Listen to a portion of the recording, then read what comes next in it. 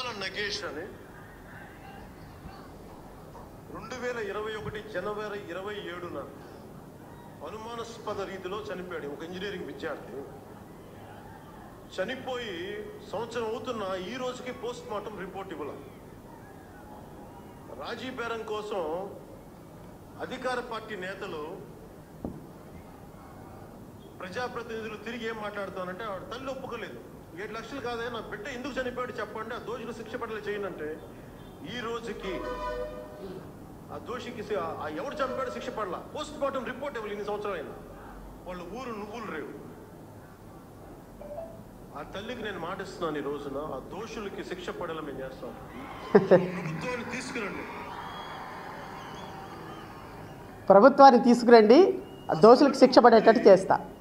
ఆ మంత్రి వైసీపీ మంత్రి అన్నాడంటే నాకు ఆవిడ చెప్తా ఉంది, ఆయన బిడ్డ చనిపోయాడంటే ఏంటమ్మా రోజు వస్తావు, నేను బాకీ ఉన్నాను మీకు, నేను పెట్టగారా బిడ్డ చనిపోయి ఏడుస్తాను, బాగుంది పెట్టగారా ఓ 3 బస్తాలు బియ్యం ఇస్తాను పట్టుకులు, అదే కాంప్రమైజ్. బిడ్డ చనిపోయిన దానికి న్యాయం అడిగితే వాళ్ళు అడిగింది ఏంటంటే, వాళ్ళు చెప్పింది ఏంటంటే వెట్టకారంగా ఓ 3 బస్తాలు బియ్యం ఇస్తాను పో.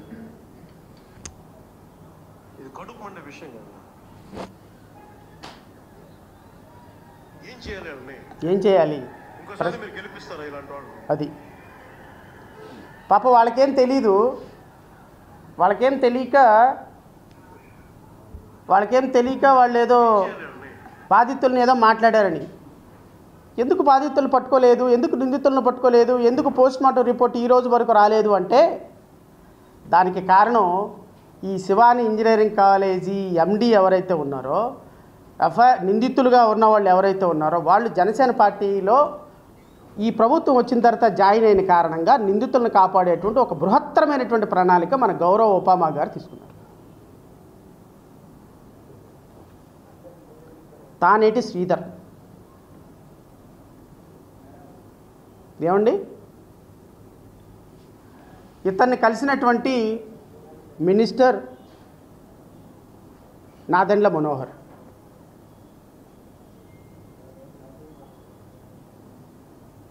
ఇంకా దోషులు ఎందుకు దొరుకుతారండి? దోషులు ఏ రూపాయన దొరుకుతారు? 100 కోట్ల రూపాయలు తీసుకొని జనసేన పార్టీలో నిందితుల్ని జాయిన్ చేసుకొని 100 కోట్ల రూపాయలు తీసుకొని నిందితులని జనసేన పార్టీ అధికారికంగా కార్యాలయంలోకి పిలిచి ఈ నిందితుడిని నిందితుడు అంటే కాలేజీకి సంబంధించినటువంటి యాజమాన్యాన్ని మీ ఎఫ్ఐఆర్ కాపీలో ఏ కాలేజీలో అయితే మర్డర్ జరిగిందో, ఏ కాలేజీలో అయితే ఆరోపణలు ఉన్నాయో, ఏ కాలేజీ యాజమాన్యం చంపింది అని బాధితులు ఆరోపిస్తున్నారో, ఏ కాలేజీ యాజమాన్యం అయితే దీంట్లో మర్డర్లో పార్టిసిపేట్ చేసిందని చెప్పినారో వాళ్ళని మీ యొక్క పార్టీలో అధికారికంగా జాయిన్ చేసుకున్నటువంటి ఉప ముఖ్యమంత్రి గారు ఇప్పుడు చెప్పండి సార్, మీరు మీ యొక్క రాజనీతి ఇదేనా? ఇప్పుడు చెప్పండి, నిందితుల్ని పట్టుకోవడానికి పోలీసులు ఎందుకు వెనకాడుతున్నారు? పోస్ట్ మార్టం రిపోర్ట్ ఇవ్వడానికి ఎందుకు నిందితులు వెనకాడుతున్నారు? ఎందుకు ఆడుతున్నారు అంటే వీళ్ళు అధికారికంగా మీ పార్టీలో చేరి 100 కోట్ల రూపాయలు మీకు ఫండ్ ఇచ్చిన కారణంగా మీరు ఈ పార్టీకి సంబంధించి ఈ కేసుకు సంబంధించి ఎటువంటి ఆదేశాలు ఎటువంటి ఇన్వెస్టిగేషన్ చేపట్టొద్దు అని ఆదేశాలు మౌలికంగా మీరు జారీ చేశారు అనేది ప్రాథమికమైనటువంటి సమాచారం. మరి హోమ్ మినిస్టర్ గారు దీని మీద ఎలా స్పందిస్తారో నాకైతే తెలియదు. ఎందుకంటే ప్రతి వీడియోలో హోమ్ మినిస్టర్ గారిని ఏదో మాట అంటున్నాను, దానికేమో మీ ఇష్టం వచ్చినట్టు తమ్మునేల్చి పెట్టేసి ఆ హోమ్ మినిస్టర్ గారిని నేనేదో అబ్యూజివ్ లాంగ్వేజ్ వాడుతున్నట్టుగా ప్రమోట్ చేస్తున్నాడు. నేను మిమ్మల్ని హోమ్ మినిస్టర్ గారిని కూడా కోరుతున్నాను, అమ్మా నేను మాట్లాడేది కేవలం వ్యవస్థ పట్ల, మీరు హోమ్ మినిస్టర్గా ఉన్నారనే దాని పట్ల తప్ప వ్యక్తిగతంగా నేను మాట్లాడటంలా. మీరు తమ్మనేలు చూసి మోసపోయి ఫీల్ అవ్వమాకండి. లోపలికి వెళ్ళి కంటెంట్ చదవండి. షడా శ్రవణ్ కుమార్ అనేటువంటి వ్యక్తి జై భీమరావు భారత్ పార్టీ అధ్యక్షుడు మిమ్మల్ని వ్యక్తిగతంగా ఏమైనా మాట్లాడితే మీరు కేసు కడతారో లేకపోతే లీగల్గా యాక్షన్ తీసుకుంటారో తీసుకోండి, ఐ డోంట్ మైండ్. నేను వ్యవస్థ పరంగా ఒక హోమ్ మినిస్టర్గా మీరు ఏం చేయాలి, ఏం చేయాల్సిన బాధ్యత మీ మీద ఉంది. కందుకూరులో వెళ్ళి 30 లక్షల రూపాయలు ఇచ్చి మంత్రుల కమిటీ ఏర్పాటు చేసి దానికి 10 ఎకరాల పొలం ఇచ్చారు కదా మీరు ఎవరో నిందితుడికి. పాపం ఆ నిందితుడికి ఆ డబ్బులు ఏమని ఏ చట్టం ఉంది అని నాకు తెలియదు. ఎస్సీ ఎస్టీలకి అయితే చట్టం ఉంది. మరి చనిపోయినటువంటి వ్యక్తులు వేరే వాళ్ళు అయితే మరి ఎక్కడ ఏ చట్టం ప్రకారం ఇచ్చారో నాకైతే తెలియదు. ఒకవేళ క్యాబినెట్ రిజల్యూషన్ పాస్ చేసి క్యాబినెట్ ద్వారా ఏమైనా జీవో ఇచ్చుంటే ఇవ్వచ్చు నాకు తెలియదు.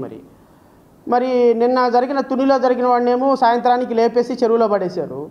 మరి అక్కడ ఎందుకు తీసుకొని వెళ్ళిపోయి అతన్ని జైల్లో పెట్టి రాచమర్యాదలు చేస్తున్నారో నాకైతే తెలీదు. అది మీరు డిసైడ్ చేసుకోండి. కానీ ఈ సంబంధించిన మొబైల్ నగేష్కి కేసుకు సంబంధించినంత వరకు మీరు హోమ్ మినిస్టర్ అయ్యి ఈ రోజుకు 16 నెలలైంది కదా, మీరు ఏం చేస్తున్నారు అంటే మర్డర్ కేసులో 302 కేసులో అందరూ మర్డర్ చూస్తుండగానే పెట్రోల్ పోసి అక్కడ ఒక డెడ్ బాడీ ఉన్న కేసులో పోలీసులు వేసినటువంటి రిపోర్ట్ ఏంటో తెలుసా? పోలీసులు వేసినటువంటి రిపోర్టు ఎప్పుడు వేశారు? అది గౌరవనీయులైనటువంటి ఉప ముఖ్యమంత్రి గారు ఏ రోజైతే ఈ రాష్ట్రంలోకి అధికారంలోకి వచ్చారో, ఏ రోజైతే ముఖ్యమంత్రి చంద్రబాబు నాయుడు గారు అధికారంలోకి వచ్చారో ఈ గవర్నమెంట్, నేను ఇంకొక వీడియో కూడా చూపించాలి మీకు. ఈ వీడియో చూపించిన తర్వాత నేను దాంట్లోకి వస్తా. ఇంకా నొవలరేవో గ్రామంలో నగేష్ అనే మత్స్యకారు అక్కడ కాలేజీలో ఎలా చనిపోయారో ఎవరికి తెలీదు. మంత్రి గారు అక్కడ పరిగెత్తుకుంటూ వెళ్ళి అక్కడ లాలుచి పడి కనీసం ఆ కుటుంబానికి ఇప్పటి వరకు కూడా న్యాయం చేయలేదు. అంతేకాదు మన నియోజకవర్గంలో దాదాపు 5 మహిళల్ని ఎలా చనిపోయారో తెలీదు, ఎక్కడ చనిపోయారో తెలీదు. శవం దొరికింది, ఆ కుటుంబానికి ఇప్పటి కూడా న్యాయం చేయలేదు ఇక్కడున్న మంత్రి గారు. ఆ కుటుంబాలు నేను హామీ ఇస్తున్నా, 2 నెలల్లో మన ప్రభుత్వం వస్తుంది, మొదటి 100 రోజుల్లో మీకు న్యాయం చేసే బాధ్యత వ్యక్తిగతంగా నేను తీసుకుంటాను. ఇది గౌరవనీయులైనటువంటి మంత్రి గారు ఇచ్చినటువంటి మాట. 100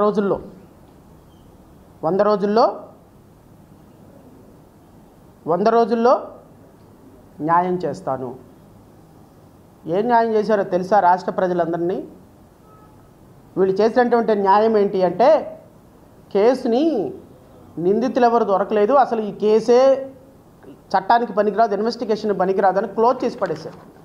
2024 సంవత్సరంలో 9వ నెలలో ఈ కేసు మొత్తాన్ని ఎందుకు పనికిరాదు ఈ కేసు అని మిస్టేక్ ఆఫ్ ఫ్యాక్ట్ కింద ఈ కేసుని క్లోజ్ చేసి పడేశారు.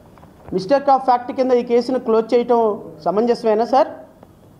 నేను ముఖ్యమంత్రి గారిని, ఉప ముఖ్యమంత్రి గారిని, హోమ్ మినిస్టర్ గారిని అండ్ ఐటీ శాఖ మంత్రిని అండ్ సివిల్ సప్లైస్ మినిస్టర్ని శివశంకర్ గారిని, బొలిశెట్టి సత్య గారిని అందరిని అడుగుతున్నా. నేను జనసేన వీర మహిళల్ని, జనసేన కార్యకర్తల్ని,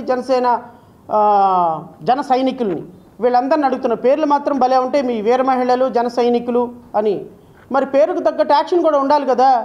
మరి మీ నాయకులు ఈ విధంగా నిందితుల్ని మీ పార్టీలో జాయిన్ చేసుకొని వాళ్ళ దగ్గర 100 కోట్ల రూపాయలు తీసుకుంటే, మరి సుగాలి ప్రీతి కేసులో ఆ నిందితులను కూడా మీ దగ్గర జాయిన్ చేసుకుని డబ్బులు తీసుకున్నారు, అనధికారికంగా వాళ్ళని డబ్బులు తీసుకున్నారని చెప్తే మీకెందుకు అంత ఉలికిపాటు? మీకెందుకు అంత బాధ?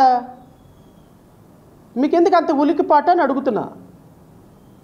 ఇట్లా నిందితుల్ని జాయిన్ చేసుకోమని డబ్బులు తీసుకోమని పాపం వైసీపీ నాయకులకు తెలియదు అనుకుంటా. బట్ మీ అంత తెలివితేటలు వాళ్ళకి ఎక్కడ ఉన్నాయి? మనం చదువుకున్న MBBS FRCS చదువులు అంత తెలివితేటలు వాళ్ళకి లేవు కాబట్టి ఇలా నిందితులను జాయిన్ చేసేసుకొని, అసలు చూడండి ఎంత అద్భుతమైనటువంటి పోరాటాలు వీళ్ళు. ఎస్పీల దగ్గరికి, కలెక్టర్ల దగ్గరికి ఈయన చూడండి, ఈయన ఏమంటాడంటే శివశంకర్ గారు ఏమంటారో చూడండి. అద్భుతమైనటువంటి స్టేట్మెంట్లు శివశంకర్ గారు ఇచ్చేటువంటి స్టేట్మెంట్లు. జనసేన బాధిత కుటుంబ పక్షాన పోరాటం చేస్తుంది పోరాటం. అద్భుతమైన పోరాటం ఇది. నొవ్వలరేవు గ్రామంలో సో అండ్ సో కాలేజీకి వస్తే చంపేస్తారా? ? యాజమాన్యం ఏం చేస్తుంది? ? మొవ్వల నగేష్ మృతిపై దర్యాప్తు వేగవంతం చేసి పట్టుకోండి దోషుల్ని. బీసీలు చదువుకోవటానికి పనికిరారా? ఎట్లా? ఇదిగో మినిస్టర్ గారు ఆయన కలిసి ఆయన అధికారికంగా పార్టీలోకి ఆహ్వానం చేస్తున్నటువంటి ఫోటోలు. ఇదన్నీ ఇలా పెడితే పోలీసులు ఈ కేసే పనికిరాదు అని పోలీసులు ఈ కేసు మొత్తాన్ని క్లోజ్ చేసి పడేస్తే, ఎందుకు క్లోజ్ చేయరు? ఇప్పుడు ఆయన అరెస్ట్ చేయాలి అంటే జనసేన పవన్ కళ్యాణ్ గారి పార్టీ ఆ అబ్బాయి ఆయన ఒక 100 కోట్లు పార్టీకి ఫండ్ ఇచ్చాడు, ఇంకో 10 కోట్లు 5 కోట్లు ఎస్పీ గారికి ఇస్తారు, ఇంకో 1 కోట 2 కోట్ల డిఎస్పీ గారికి ఇస్తారు, 1 కోట 2 కోట్ల ఎస్సీఐ గారికి ఇస్తారు. ఇంకా ఎవడండి అరెస్ట్ చేసేది? పోనీ ఈ కుటుంబాలు ఏమైనా మంచి కుటుంబాలు అంటే ఈ కుటుంబాలు ఏమి చూడండి పాపం, మహిళ మత్స్యకార మహిళ వాళ్ళ అమ్మగారు 4 సంవత్సరాల నుంచి క్యాన్సర్తో బాధపడుతుంది, 4 ఇయర్స్ నుంచి క్యాన్సర్తో బాధపడుతుంది. ఈమె ఎక్కడికి పోరాటం చేస్తుంది? ఈమె నాతో నిన్న మాట్లాడినప్పుడు నేను అన్నా, అమ్మ మీరు ఇక్కడ దాకా రాలేరు, కష్టము, నేను వస్తాను, కనీసం నువ్వు వైజాగ్ దాకా నువ్వు వస్తే అసలు కేసు ఏంటి విషయం ఏంటో తెలుసుకుంటానంటే, అయ్యా మా దగ్గర వైజాగ్ రావటానికి కూడా డబ్బులు లేవయ్యా, అంత దూరం పలాసాకి 80 కిలోమీటర్ల దూరంలో ఉంటామయ్యా మేము, ఆ నుంచి రావాలి అంటే నాకు ఆరోగ్యం సహకరించటం లేదు, డబ్బులు కూడా చూసుకోవాలి కదయ్యా, రావాలి అంటే కనీసం 1000 రూపాయలు అవ్వాలి ఉంటాయ్యా, ఏ రోజు తిండికి ఆ రోజు బతుకుతున్నామయ్యా, ఏం చేయాలయ్యా అని. అరే ఒక ప్రభుత్వంలో ఒక నిరుపేదలు ఆమెకు ₹1 కోటి ఆఫర్ చేసినా ఆమె వద్దంటుంది. నేను అన్నా, అమ్మ మీకు ఏమైనా కాంపన్సేషన్ కావాలా, హైకోర్టులో వేద్దామంటే నాకు ఎందుకయ్యా డబ్బులు, 4 సంవత్సరాలు క్యాన్సర్ వచ్చిందయ్యా నాకు, ఇంకో సంవత్సరంలో చచ్చిపోతానయ్యా, చచ్చిపోయేదానికి నాకు ఎందుకయ్యా డబ్బులు, నేనేం చేసుకుంటాను, నాకు వద్దు, మా అబ్బాయిని ఎవరు చంపారో తెలియాలి. ఎందుకంటే దురదృష్టం ఏంటంటే ఈ అబ్బాయితో పాటు ఇంకొక అబ్బాయి కూడా ఇంజనీరింగ్ కాలేజీలోనే జాయిన్ అయినాడు. ఆ అబ్బాయి ఉద్యోగం చేస్తున్నాడు ఇప్పుడు. ఆ అబ్బాయిని చూసినప్పుడల్లా ఈ తల్లి కడుపు కోత. నా కొడుకుతో పాటు జాయిన్ అయినాడు, ఉద్యోగం చేసుకుని డబ్బులు సంపాదించుకొని తల్లిదండ్రులు చూసుకుంటున్నాడు. ఈరోజు నేను తినడానికి తిండి లేక నా కొడుకుని ఎవరు చంపారో అర్థం కాక ఏడుస్తున్నాను, క్యాన్సర్తో బాధపడుతున్నాను, నేను చచ్చిపోయేలోపైనా నా కొడుకుని ఎవరు చంపారో న్యాయం కోసం పోరాటం చేస్తుంది.